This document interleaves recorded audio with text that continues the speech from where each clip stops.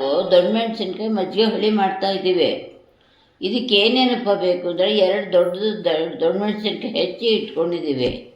ಕಾಯಿ ತುರಿಬೇಕು, ಹಸಿಮೆಣಸಿನ್ಕಾಯಿ, ಕೊತ್ತಂಬರಿ ಸೊಪ್ಪು, ಜೀರಿಗೆ, ಶುಂಠಿ, ಕಡಲೆ ಹಿಟ್ಟು ಬೇಕು.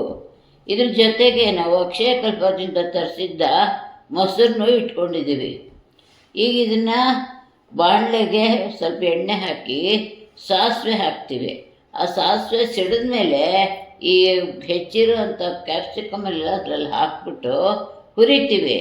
ಅದು ಸ್ವಲ್ಪ ಬೆಂದಾಗಾದ್ಮೇಲೆ ಅದಕ್ಕೆ ಉಪ್ಪು ಹಾಕ್ಬಿಟ್ಟು ಅದು ತಿರುವಿರೋದೆಲ್ಲ ಅದಕ್ಕೆ ಹಾಕಿ ಚೆನ್ನಾಗಿ ಕುದಿಸ್ತೀವಿ. ಅದು ಈ ಕಡಲೆ ಹಿಟ್ಟಿನ ಹಸಿ ವಾಸನೆ ಎಲ್ಲ ಹೋಗಬೇಕು, ಅಲ್ಲಿವರೆಗೂ ಕುದಿಸ್ತೀವಿ. ಕುದಿಸೆಲ್ಲ ಆದಮೇಲೆ ಆರಿಸ್ಬಿಟ್ಟು ಒಲೆನ ಸ್ವಲ್ಪ ಹೊತ್ತು ಬಿಟ್ಟ ಮೇಲೆ ಆ ಮಜ್ಜಿಗೆ ಹುಳಿ ಆರುತ್ತೆ.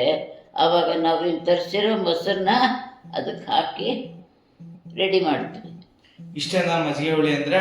ಹಾಂ.